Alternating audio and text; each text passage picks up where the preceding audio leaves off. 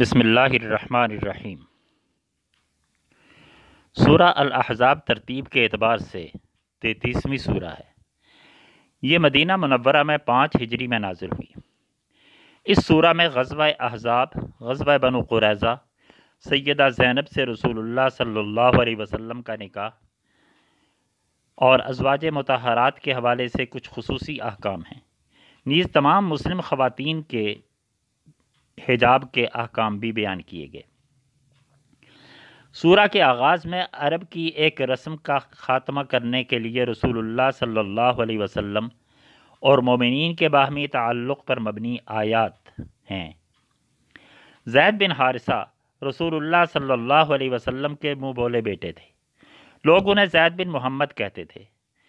آپ نے خاندان کی مرضی اور سیدہ زینب کے جذبات کے برعکس اپنی پھوپھی زاد سیدہ زینب کا نکاح زید سے کر دیا۔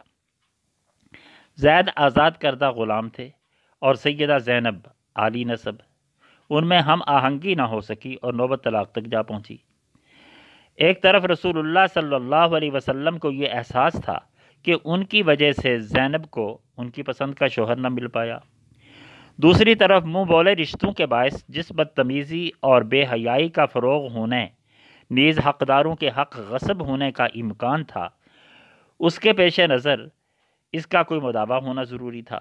لیکن یہ اندیشہ بھی تھا کہ اگر رسول اللہ زینب کی دلجوئی کے لیے ان سے نکاح کر لیتے ہیں تو منافقین ایک طوفان بدتمیزی برپا کر دیں گے۔ سورہ احزاب کے پہلے رکوع میں منہ بولے رشتوں کے خاتمے کا اعلان کیا اور رسول اللہ اور امت کے تعلق کو واضح کرتے ہوئے کہا، النبی اولیٰ بالمؤمنین من انفسہم وازواجہ امہاتہم۔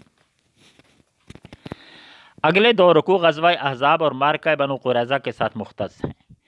مکہ والے بدستور اس کوشش میں تھے کہ مسلمانوں کے مرکز کا قلعہ کما کر دیا جائے۔ مدینہ سے یہود کے 2 قبائل بنو قینقاع اور بنو نذیر کو ان کی عہد شکنی کے باعث جلا وطن کر دیا گیا تو وہ بھی مکہ والوں کے ساتھ شریک ہو گئے اور سارے عرب کو مسلمانوں کے خلاف اکٹھا کر کے لے آئے۔ شوال 5 ہجری میں مدینہ کے باہر 10-12 ہزار جنگجو جمع ہو گئے۔ رسول اللہ کے پاس صرف 3,000 افراد تھے۔ مدینہ کا دفاع کرنے کے لیے خندق کھودی گئی۔ حملہ آوروں نے مدینہ میں موجود یہود کے قبیلہ بنو قریظہ سے، جو مسلمانوں کے ساتھ معاہدے میں تھا، ساز باز کر کے معاہدہ ختم کرنے کا اعلان کروا دیا۔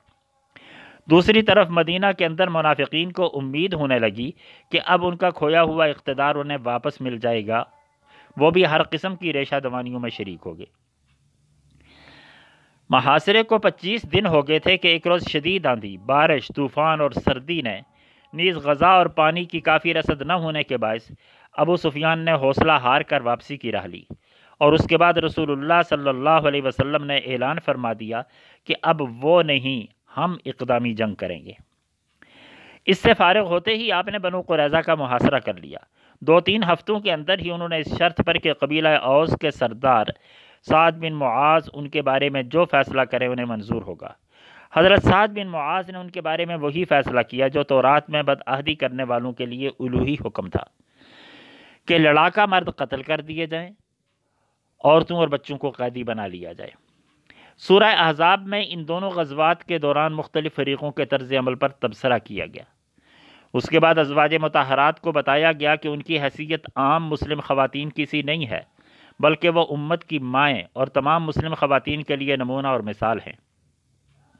انہیں اپنی روزمرہ زندگی میں بعض سہولتوں سے دستبردار ہونا پڑے گا۔ ان کی اولی ذمہ داری یہ ہے کہ ان کے گھر میں نازل ہونے والی آیات اور سنن کو آگے مسلمانوں کی خواتین کے طبقے تک بلا کم و کاست پہنچائیں۔ اس کے بعد سیدہ زینب کا رسول اللہ صلی اللہ علیہ وسلم سے نکاح کرتے ہوئے بتایا کہ آپ کسی مرد کے باپ نہیں بلکہ اللہ کے رسول اور خاتم النبیین ہیں۔ اس سورہ میں رسول اللہ صلی اللہ علیہ وسلم کے آداب کے تذکرے کے ساتھ آپ پر صلاۃ و سلام بھیجنے کا حکم بھی دیا۔ مسلم خواتین سے کہا گیا کہ وہ جب کسی بھی ضرورت سے گھر سے باہر نکلیں تو اپنا لباس ایسا شائستہ اور ساتر رکھیں کہ ہر شخص کو معلوم ہو کہ یہ کسی بہت شریف اور باعزت گھرانے کی پاک باز خاتون ہے اور ایکسیسیبل نہیں ہے۔ اس سورہ کے آخر میں ایک بہت اہم آیت ہے جو آیت امانہ کہلاتی ہے، جس میں کہا گیا ہے کہ ہم نے آسمانوں، زمین اور پہاڑوں پر امانت پیش کی لیکن کوئی بھی اسے اٹھانے کے لیے تیار نہ ہوا، لیکن انسان نے وہ امانت اٹھا لی۔ وہ امانت کیا ہے؟ وہ امانت 3 امور کا مجموعہ ہے: ذمہ داری، جواب دہی اور سزا اور جزا۔ اللہ یہ چاہتا تھا کہ اس کائنات میں ایک با اختیار، ذمہ دار اور قدرت و صلاحیت رکھنے والی مخلوق پیدا کرے جو اپنی ثوابدید کے مطابق کام کرے، لیکن اپنے اختیارات کے استعمال اور ان کے نتائج کے بارے میں ہمارے سامنے جواب دہ ہو تاکہ اپنی کارکردگی کے مطابق انعام یا سزا پائے۔ یہی وہ امانت تھی جو انسان نے قبول کر لی، اور اسی کی وجہ سے وہ ایک مختلف مخلوق ٹھہرا، اور اسی کی وجہ سے وہ زمین پر اللہ کا خلیفہ ہے۔ وآخر دعوانا ان الحمد للہ رب العالمین۔